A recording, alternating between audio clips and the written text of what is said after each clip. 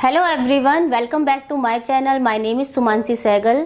Friends, आज का जो हमारा वीडियो है वो वैक्सिंग के ऊपर है, जिसमें कि हम स्टेप बाय स्टेप आपको बताएंगे कि आप लोग वैक्स कैसे कर सकते हैं। क्योंकि बहुत सारे हमारे सब्सक्राइबर्स ऐसे हैं जो काम को धीरे धीरे सीखना शुरू किया है, तो उनके लिए ये वीडियो बहुत हेल्पफुल है कि वैक्स को कैसे किया जाए, ताकि जो आपके क्लाइंट के वैक्सिंग करते दौरान जो प्रॉब्लम्स होती हैं वो ना हो और आप अच्छे से अपने काम को कंप्लीट कर सकें। तो वैक्स तो वैसे बहुत सारे लोग करना जानते हैं, लेकिन जो स्टार्ट कर रहे हैं उनके लिए ये वीडियो बहुत हेल्पफुल है। तो आज हम लोग जो वैक्स करने जा रहे हैं वो नॉर्मल वैक्स उसको कहा जाता है, जो कि हम लोग रेगुलर वैक्स भी कहते हैं। तो कई सारे पार्लर में इसको अलग अलग तरीके से रखा जाता है। जैसे कि हमने एक बनाया होता है नॉर्मल वैक्स वाला, जिसमें नॉर्मल वैक्स के रेट क्या क्या हैं, क्योंकि रेट में डिफरेंसेस रहते हैं। एक हमारा होता है लिपोसोल्यूबल वैक्स, जिसके बारे में हम लोग आपको आगे वीडियो दिखाने वाले हैं किस तरीके से करनी चाहिए, और वो भी आप अपने पार्लर की रेट लिस्ट में इंक्लूड कर सकते हैं अगर आप लोग रिका वैक्स का यूज़ करना शुरू कर रहे हैं। तो रिका वैक्स जो कि लिपोसोल्यूबल वैक्स है। तो वैक्सेस 2 टाइप की हो गई आपकी। एक तो आप नॉर्मल वैक्स अपने पार्लर में करेंगे, एक रिका वैक्स या लिपोसोल्यूबल वैक्स कहा जाता है वो करेंगे।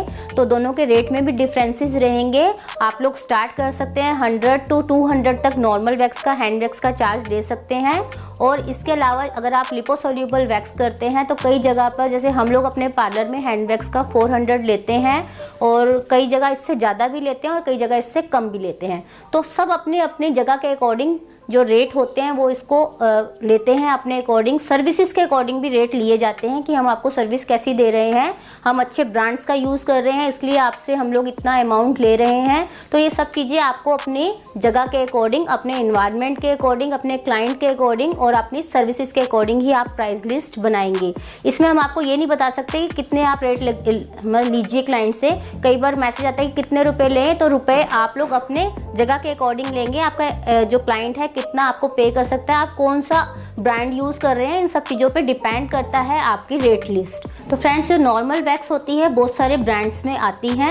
ये क्या होता है, जगह के अकॉर्डिंग लोकल वैक्स बनता है। इसमें ऐसा कुछ नहीं है कि आपको पर्टिकुलर मैं एक ब्रांड का नाम बता दूं। आप जिस एरिया में रहते हैं उसमें आपको वैक्स जरूर मिल जाएगा। एक आयुर नाम का जो वैक्स आता था वो पहले शुरू हुआ था जब शुगर वैक्स बनना, तब उसमें हमको रेडीमेड मिलना शुरू हुआ था। पहले तो लोग घर में ही वैक्सेस को बनाते थे।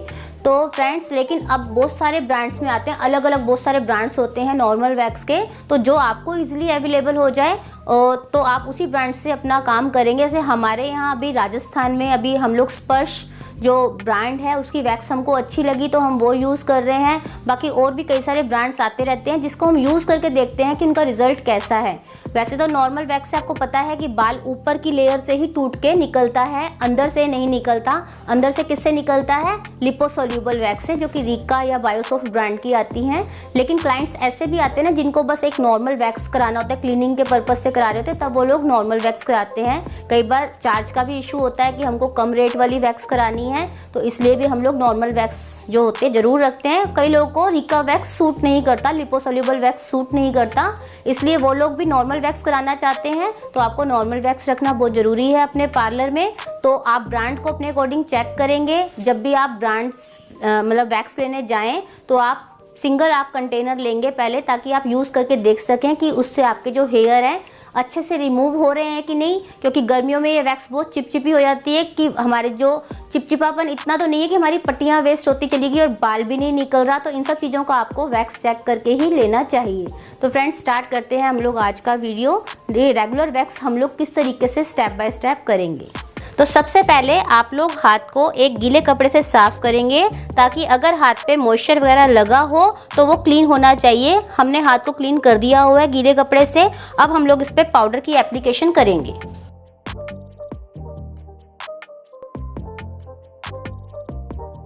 पाउडर का यूज़ करने के लिए आप लोग टिश्यू का यूज़ करेंगे, ताकि बार बार आप लोग सेम जो पाउडर पफ होता है उसको ना लें। टिश्यू का यूज़ करके आप लोग उसको फेंक भी सकते हैं, इसलिए टिश्यू का यूज़ कीजिए।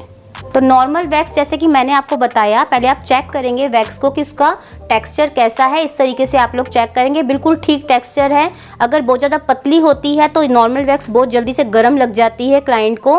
तो आप लोग इसका टेक्सचर इस तरीके से चेक करेंगे। गाढ़ी है, स्पैचुला के ऊपर टिक रही है, तो आप लोग इसकी एप्लीकेशन करेंगे। सबसे पहले आप लोग बालों के डायरेक्शन के अकॉर्डिंग, जैसे ज़्यादातर इधर के एरिया के जो हेयर होते हैं वो अपर साइड में ही होते हैं, हम वैक्स की एप्लीकेशन करेंगे। और इसके लिए हमने नॉर्मल पट्टी का यूज़ किया है। पट्टी को लगाएंगे और नीचे की साइड स्ट्रेच करेंगे। तो इस तरीके से आप देखेंगे क्लीनिंग हो गई इस एरिया की अच्छे से और बाल जो हैं वो रिमूव हो गए हैं। इस वैक्स में ज़्यादा डर की बात नहीं होती, बस गर्म लगने का डर होता है। लेकिन जैसे रीका वैक्स मैंने आपको बताया था कि बहुत छोटे छोटे पार्ट्स में आपको वैक्स को करना है, ऐसी इसमें बात नहीं होती। आप थोड़े बड़े एरिया में भी इसको कर सकते हैं, कोई दिक्कत नहीं होगी इससे। लेकिन आप लोग किस तरीके से करेंगे कि आपको पता लगे आप कितने हाथ पे वैक्स कर चुके हैं। जैसे इतने एरिया पे हमने कर लिया, फिर हम लोग इतने एरिया पर वैक्स की एप्लीकेशन करेंगे। इतने एरिया पे हमने लगाया, वैसे तो आपको क्लीन होते हुए दिखता रहेगा साथ के साथ, फिर भी अपने मतलब उसके लिए कि हम सेफ्टी से अपने काम को करें, तो आपने जितने एरिया पे लगाया उसके बाद नेक्स्ट एरिया पर आप साथ के साथ लगाएंगे। ऐसा नहीं कि पहले आप ऊपर से कर रहे हैं फिर आप नीचे से करना शुरू हो गए, इस तरीके से आप वैक्स को नहीं करेंगे।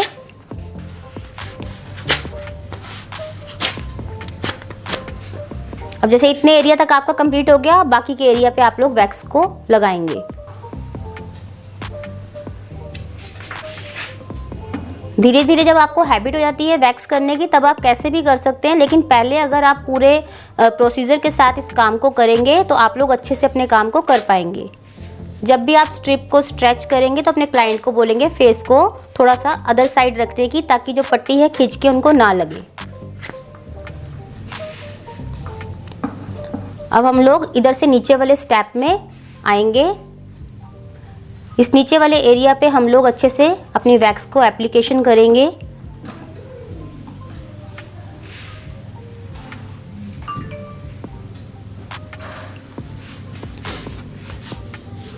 जब भी हम पट्टी को स्ट्रेच करेंगे तो अपर साइड में ना करके बिल्कुल नीचे से ही लेके जाएंगे। अगर आप ऐसे उठा के ऊपर की साइड पट्टी को स्ट्रेच करते हैं, इस तरीके से उठा देते हैं तो बाल खिंच के निकलेगा, जो पेनफुल रहता है। आप बिल्कुल साइड से स्ट्रेच करते हुए अपनी स्ट्रिप को लेकर जाएंगे।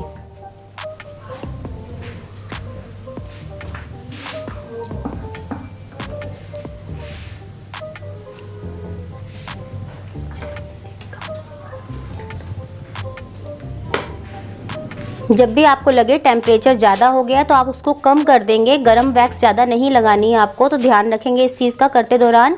अगर वैक्स ज़्यादा पतली हो रही है तो आप उसको ऑफ़ कर दीजिए या टेम्परेचर कम कर दीजिए। अगर टेम्परेचर वाली आपकी है वैक्स हीटर तो टेम्परेचर कम कीजिए, अगर टेम्परेचर वाला वैक्स हीटर नहीं है तो आप एक बार उसको ऑफ़ कर देंगे।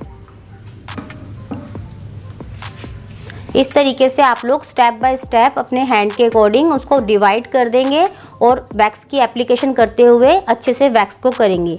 एक हाथ पे हमारी दो पट्टी लग जाती है आराम से, तो कम से कम 2 पट्टी का आप यूज़ कीजिए, या 1.5 लगती होगी किसी किसी की तो आप 1.5 पट्टी का यूज़ कीजिए। लेकिन आप लोग ऐसा नहीं कीजिए कि एक पट्टी से आप एक ही हैंड पे वैक्स करेंगे। ये बिल्कुल अनहाइजीनिक होता है और इससे हेयर भी नहीं निकलते, बार बार चिपचिपापन हो जाता है। करने वाले कोई प्रॉब्लम होती है और करवाने वाले कोई प्रॉब्लम होती है।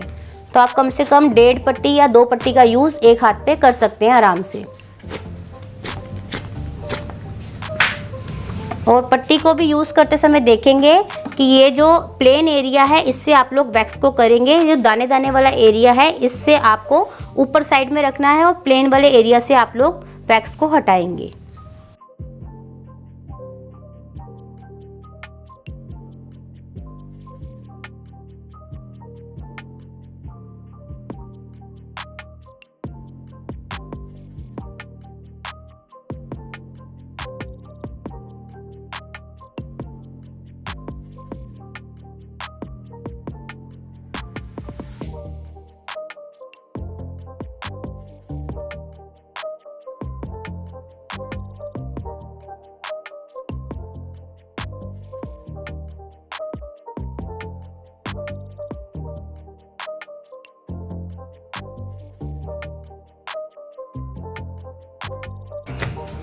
तो फ्रेंड्स, जैसे कि आप लोग देख रहे हैं वैक्स चिपक जाती है और हटती नहीं है। ये नॉर्मल वैक्स में प्रॉब्लम होती है, लेकिन आप बार बार अगर पट्टी खींचेंगे तो उससे प्रॉब्लम हो सकती है। तो आप एक बार इसको रिमूव कर सकते हैं। पानी से अच्छे से पूरे हाथ को क्लीन करेंगे हम लोग और फिर इसके ऊपर क्रीम मसाज देंगे हम लोग। तो टॉवल से क्या होता है, बड़ी जल्दी से क्लीन हो जाते हैं हमारे हाथ। अगर आप स्पॉन्ज से लगे रहते हैं तो बड़ा टाइम लगता है, इसलिए आप एक टॉवल लीजिए छोटा और अच्छे से हाथों को क्लीन कर दीजिए। अगर आपको लगता है कहीं बाल रह गए हैं तो वहाँ दोबारा से आप लोग वैक्स की एप्लीकेशन करके उनको रिमूव कर सकते हैं। तो फ्रेंड्स, जैसे कि आप देख रहे हैं इस वाले हाथ पे जो है हेयर आपको दिख रहे हैं और इधर से रिमूव हो गए। बहुत अच्छे रिजल्ट हम नहीं बोल सकते कि वैक्स के आते हैं, जैसे कि बीच बीच में ऐसे बाल टूट जाता है इसमें। तो आप लोग या तो इसको थ्रेड से निकाल सकते हैं या वैक्स की एप्लीकेशन दोबारा कर सकते हैं।